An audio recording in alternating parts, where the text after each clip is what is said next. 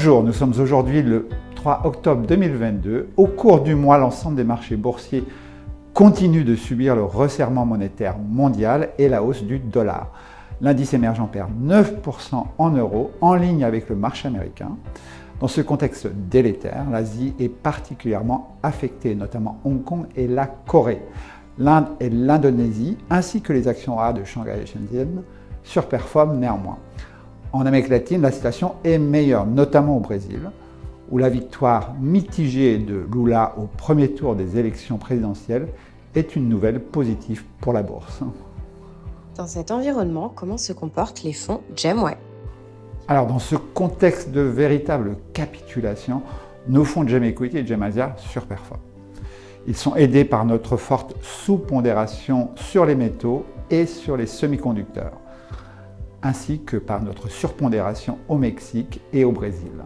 GEM China sous-performe légèrement du fait de la baisse des titres Internet tels que Tencent et JD.com. Ces titres subissent les fortes ventes de la part des investisseurs internationaux qui doivent faire malheureusement face à des retraits de leurs fonds. Dans ce contexte, néanmoins, nos actifs s'élèvent à 1,2 milliard d'euros. Les actions chinoises déçoivent depuis juillet dernier. Quelle est votre analyse?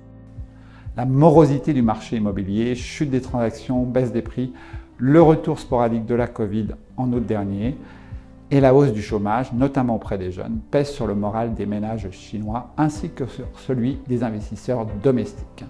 Cet immobilisme devrait continuer jusqu'au 16 octobre, date à laquelle va se maintenir à Pékin le 20e congrès du Parti communiste chinois. Post-congrès, l'horizon politique chinois devrait s'éclaircir. L'idéologie cédait la place au pragmatisme. Nous sommes donc relativement optimistes sur le quatrième trimestre. Dans ce contexte, comment sont positionnés les fonds GEM-Way? En septembre, GEM Equity a maintenu une allocation d'actifs relativement stable. La Chine reste à 30,5% du portefeuille, sous-pondéré dans l'attente du congrès du PCC. La Corée et Taïwan sont à 12,2%, très sous-pondérés du fait de notre prudence sur les semi-conducteurs.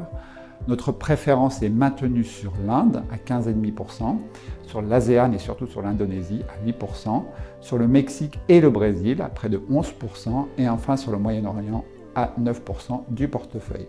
Au niveau sectoriel, nous favorisons toujours l'énergie, les industriels, la consommation durable, mais aussi les banques. Nous vous remercions de votre fidélité.